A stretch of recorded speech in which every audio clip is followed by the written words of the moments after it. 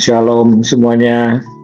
Saya ada di Lumajang dan puji Tuhan hari ini memang ya ketika semalam ada acara Natal luar biasa dan saya di dalam tantangan saya khotbah itu saya menantang banyak orang yang untuk bisa menerima Dia sebagai Tuhan dan Juru Selamat, dan saya melihat memang banyak di antara mereka, beberapa di antara mereka bukan Kristen kelihatan ya, dan ternyata banyak sekitar 80% mengangkat tangan dan wah, kata saya ini luar biasa, tapi kapan eksekusinya?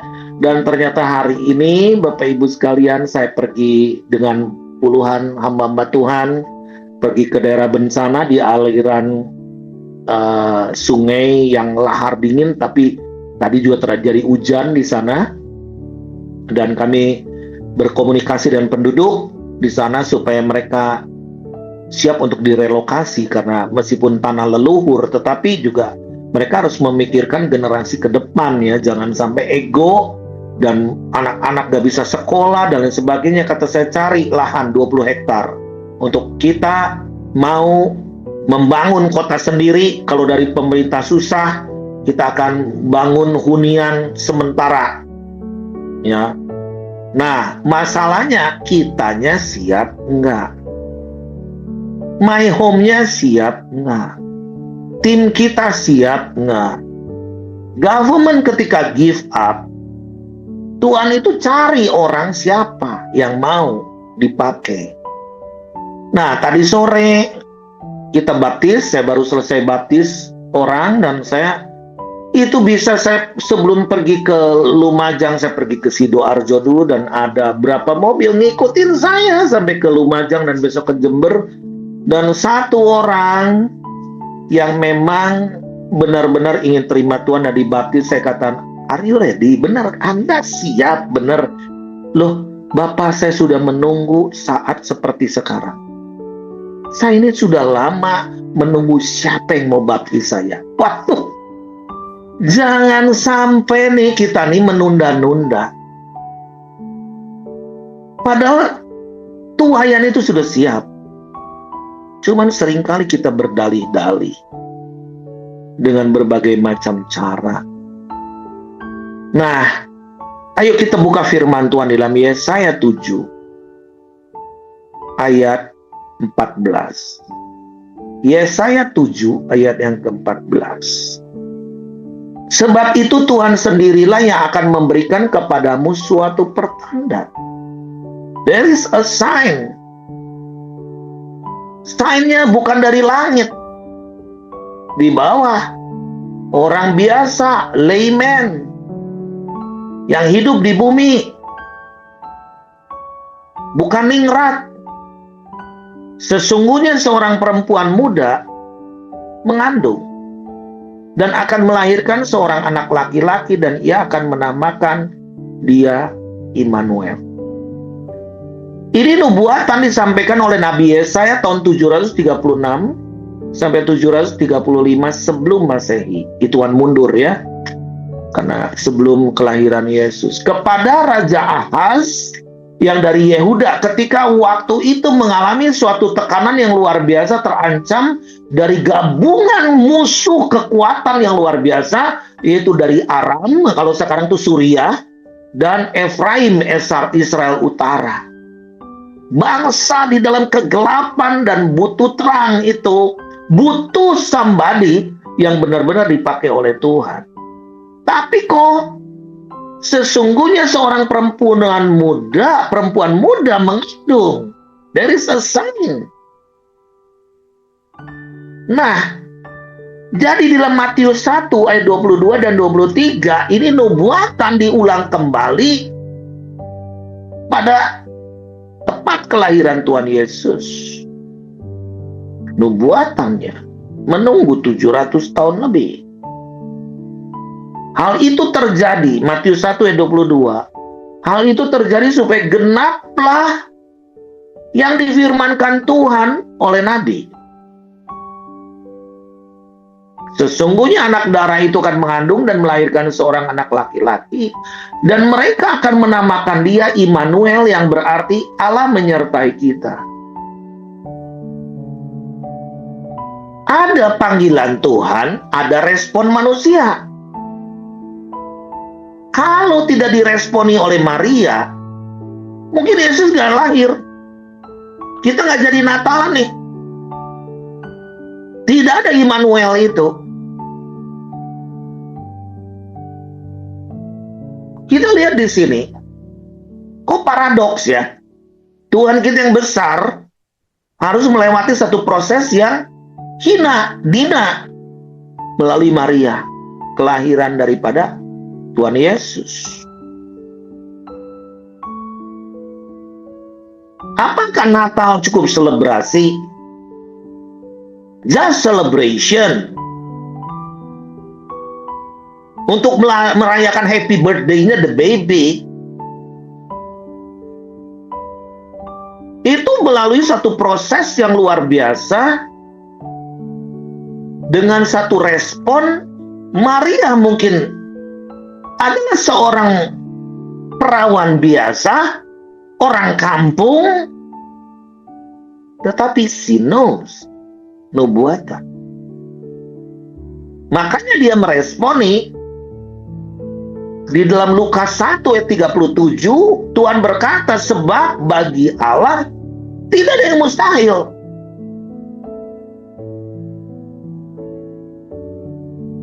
Anda ngerti nggak bahwa bagi Allah tidak ada yang mustahil? Kita lagi doa apa? Minta apa sama Tuhan? Do you believe bahwa it will be happen ketika kalian berdoa? Cuman doanya doa apa terus? Hanya untuk urusan sendiri, gerejamu, uang kontrakanmu, uang kuliah anakmu, untuk hidupmu. What do you mean with the great joy? Are you happy? Happy for yourself? Siapa yang mau berkata seperti Maria? Sesungguhnya aku ini hamba Tuhan. Jadilah padaku menurut perkataanmu itu. Lalu malaikat itu meninggalkan dia. Bencana ada di mana-mana. Gak bisa ditengking karena kegoncangan pasti terjadi. Saya nggak ngerti juga, YouTube saya baru diupload 2-3 hari udah belasan ribu orang. Karena memang mungkin temanya mengerikan. Tuh Sule, 2026 akan terjadi kegoncangan hebat. Saya katakan sekarang hari ini pun terjadi kegoncangan di langit. Tapi Tuhan katakan jangan takut. Jangan takut. Peristiwa itu ketika Natal mencekam. Karena Herodes paranoid. Sampai dia harus bunuh semua bayi-bayi yang berusia di bawah 2 tahun. Sampai orang Majus pun harus berkeliling dulu, ketakutan, takut dibunuh oleh Herodes. Dia ambil jalan lain. How dark, bagaimana gelapnya suatu situasi bangsa zaman dulu. Ketika Yesus lahir, itu di bawah kekuasaan Romawi. Tetapi janji Tuhan tetap janji Tuhan. Di dalam Yesaya 9 ayat ke-1, bangsa yang berjalan di dalam kegelapan. Indonesia mungkin di tengah kegelapan saat ini. Pemerintah lagi rapat terus karena darurat ekonomi, darurat alam, darurat energi. Nah, bangsa yang berjalan dalam kegelapan telah melihat terang yang besar. Mereka yang diam di negeri kekelaman. Saya sih ngelihat Indonesia ini lagi di negara kekelaman. Malah Regina waktu itu saya suruh cek, itu badai siklon tropis. Biasanya kalau siklon tropis masuk ke Indonesia tuh mereda sendiri. Kenapa ini ada hukuman? Apakah Indonesia mungkin berdosa di hadapan Tuhan sehingga bertubi-tubi?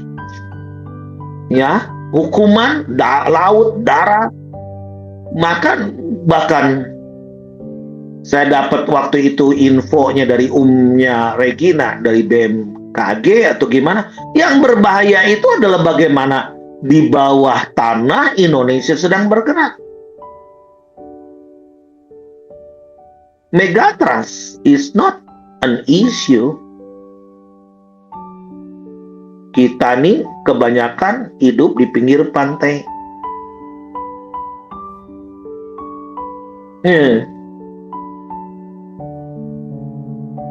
Bangsa yang berjalan di dalam kegelapan telah melihat terang yang besar. Mereka yang diam di negeri kekelaman, atasnya terang telah bersinar.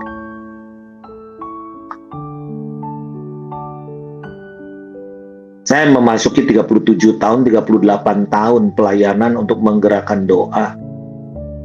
Mau dibully, suka nggak suka ke saya tuh memang udah hidup ditentukan begini, mati pun akan seperti ini. Pray for the nation, do something for the nation. Kagak peduli. Saya katakan orang mau suka nggak suka, aku nggak hidup dari kalian. Tapi wherever you are, kamu lagi hidup di negeri kegelapan, apakah terang tidak mau bersinar? Ini panggilan, the call for the church to stand for the nation. Dan Tuhan berkata, you are the light and you are the salt of the world. Kamu adalah terang. Gak usah ngomong aku adalah terang. Enggak. Tapi terang ini dibutuhkan ketika kegelapan. Kegelapan itu butuh terang. Ketika terang datang, kegelapan akan menyingkir dengan sendirinya. Kalah. Garam itu dibutuhkan tanpa harus koar-koar. Garam itu berbicara mengenai identitas. Garam berbicara mengenai influence, pengaruh. Garam berbicara mengenai pengawetan. Garam berbicara mengenai penyembuhan. Garam berbicara mengenai sacrifice, korban. Nggak ada garam geruntulan, kalian akan dipakai untuk masukin ke sop, tetap geruntulan. Diludahin, dibuang. Church bukan sekedar jadi garam dalam toples, pajangan. Apalagi garam Inggris, bikin mencret orang. Bikin doktrin terus yang membuat manja. Jemaat tidak dimuridkan. We are living in the very last days. I tell you. Kita sedang hidup di dalam masa kekelaman. Terang itu harus bersinar. Dan garam itu berfungsi. Kalau garam tidak berfungsi, kok akan dibuang dan diinjak-injak orang. Berapa banyak orang Kristen diledek, dihina. Yes, nanti ada akan anti Kristen. Antisemit, yes. Kita semua akan mati. Mati dengan cara bagaimana? Kata satu anak muda misionaris ngomong, keselak bakso aja bisa mati. Kenapa engkau tidak menginjil sekarang? Kenapa kita nggak jadi garam, jadi terang, gitu kan? Terang itu telah bersinar dengan kelahiran Yesus itu. Bukan sekedar selebrasi, bukan sekedar penyalaan lilin terus setahun sekali. Di dalam ayat ke-6, sebab seorang anak telah lahir untuk kita, seorang putra telah diberikan untuk kita. Ada bayi udah lahir, tetapi seorang putra telah diberikan untuk kita. The Son of God sudah diberikan kepada kita. Jadi putra itu, seorang putra, bayi itu udah bayi ya, itu di bawah otoritas daripada orang tua. Tapi putra menyandang DNA, menyandang predikat bapaknya. Putra telah diberikan untuk kita. Siapa? Yesus. Lambang pemerintahan ada di atas bahunya dan namanya disebut orang penasihat ajaib, Allah yang perkasa, Bapa yang kekal, Raja damai. Anak diberikan kepada kita. Raja. Raja di atas segala, raja atas alam semesta, raja di dalam urusan finansial, raja. Ini semua perekonomian dunia akan digoncangkan, saya katakan. Tetapi orang yang menganut sistem kerajaan Allah tidak akan tergoncangkan.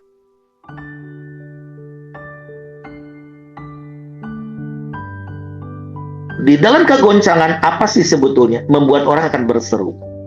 Coba kasih gempa bumi 8,3 skala Richter. Kalau nggak semua kalian juga jadi Tuhan Yesus tolong.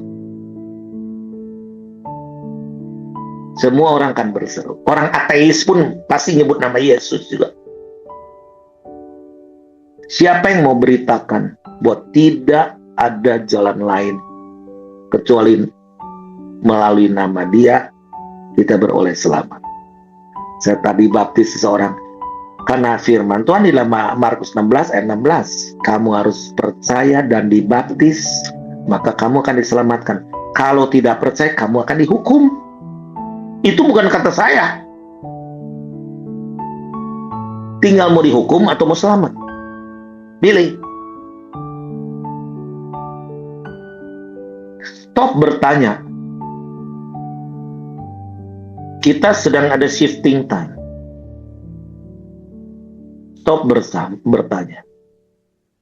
Tuhan katakan, you are the light. Kamu adalah terang. Kamu adalah garam. Nanya apa lagi? Stop pencarian jawaban doa. Orang sih, ya saya bangga lah kalian tuh mau diutus dengan menempuh resiko. Ada duit, gak ada duit, kata saya pergi. Tuhan kita kaya kok. Mungkin apa yang saya putuskan hari ini lebih besar daripada apa yang kalian putuskan yang di Sumatera. Cari 20 hektar lahan yang aman. Kita bangun satu kota. Kalian pikir My Home punya duit? Dengan transferan yang hanya 1.500.000, 300.000, nggak ada nih potong admin apa sih, nggak ada. Kita mau transparan, kita mau trustworthy di hadapan Tuhan karena kita garam, kita terang.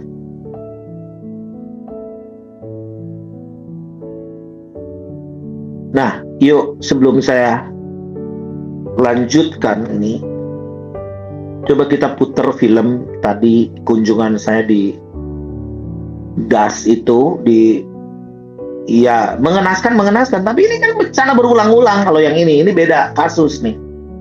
Ya kalau di sana kepukul, dah. Terus setelah itu bagaimana membalutnya? Dalam Hosea 6 ayat 1, Tuhan yang memukul, Tuhan yang membalut. Kalau di sini kita benar-benar harus transformasi, rebuild, karena belief system. Karena ini kota kecil, sepi, tapi ternyata roots-nya itu luar biasa. Tadi kita ngopi di satu kafe, ternyata di gunung itu namanya Tumbo, apa itunya gunung itu, dan ternyata itu tempat ritual. Tempat yang dipercaya bahwa itu tempat sakti, pencarian berkah, Nah, kenapa kita diam?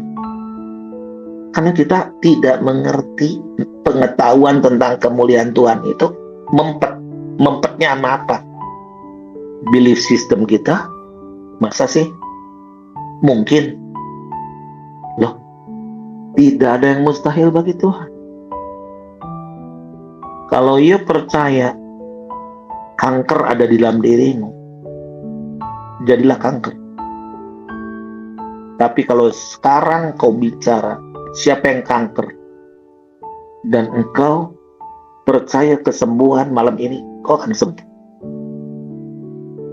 Doakan satu hamba Tuhan dari Sumatera, dia cancer stadium akhir dan it's impossible untuk disembuhkan. Sekarang cancer free, 0. Berapa bulan yang lalu saya mendoakan seorang anak berusia 6 tahun, leukemia. Waduh, saya sedih banget, saya peluk tuh anak di Sukabumi. Berapa minggu lalu saya ketemu di Sentul City itu mamanya. Pak Daniel foto ya bersama. Terima kasih banyak. Bapak doakan anak saya dan anak saya sekarang sembuh dari leukemia. Saya sendiri kaget. kerja kalian. Nothing is impossible. Karena Tuhan yang bekerja. Garam itu ada di dalam diri kita. Terang itu ada di dalam diri kita. Kita mau pergi ke orang-orang miskin dan sebagainya, tapi tujuannya keselamatan dari Tuhan Yesus harus sampai. Yuk kita coba saksikan report ini sebentar.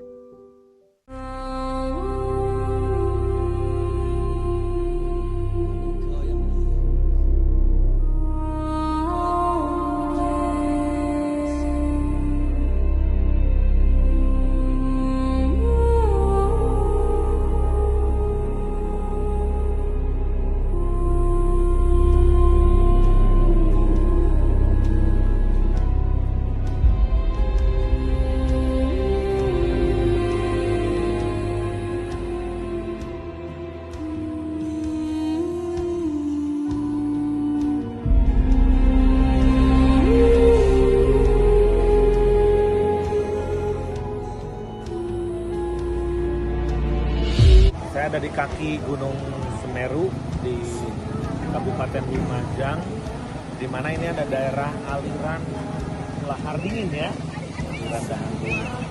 Ya, kita bersama-sama dengan Tagana, Raja Wali, hamba Gaduna, para pendeta Mayum Lumajang, juga bersama-sama kita kunjungan ke sini dan sebentar kita akan masuk ke camp pengungsian.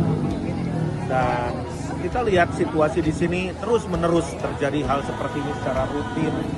Namun firman Tuhan mengatakan kita harus mengusahakan kesejahteraan kota kemana Tuhan taruh kita, Tuhan buang kita, karena kesejahteraannya adalah kesejahteraan-Nya. Jadi saya yakin bahwa Tuhan perintahkan kita untuk mengusahakan kesejahteraan kota di mana kita tinggal. Saya bersyukur dengan adanya tim daripada Tagana Mayum Lumajang yang kompak luar biasa.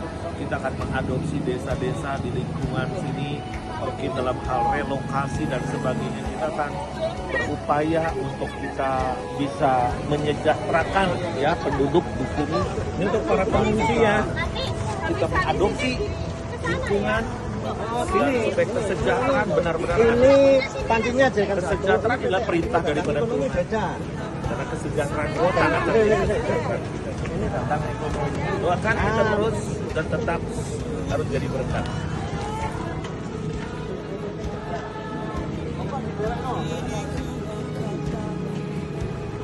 Daerah pengungsiannya itu di sebelah sana. Dan itu daerah berbahaya karena daerah aliran lahar dingin.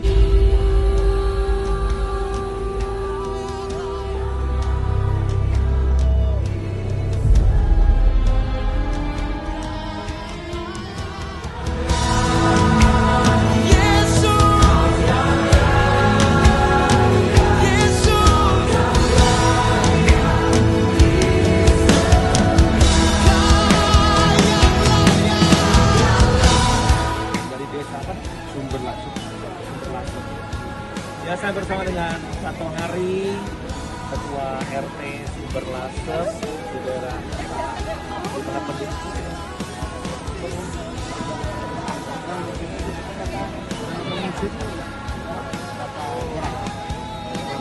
bukan seluruhnya yang berapa orang ya, 17 yang hilang ya. Ya 17 di mana yang ada dari PSMT ya, Paguyuban Sosial Marga Tionghoa di Lumajang, Badan Kerjasama Antar Gereja di Lumajang, kemudian Damai Home Lumajang, ada teman-teman yang datang dari luar kota ingin berbagi kasih dengan Bapak Ibu saudara sekalian untuk menyemangati. Nah ini Pak David dari Sidoarjo mau nyampaikan sehat selalu. Jadi kalau ada cuaca ada baik langsung ke tempat yang terbiasa.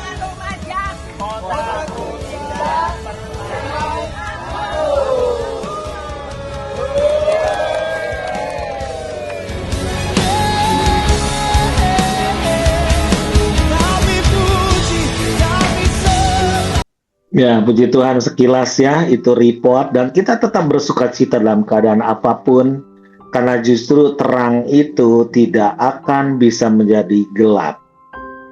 Ketika kita bawa terang itu ada di dalam diri kita, kemanapun kita berjalan, terang itu selalu ada.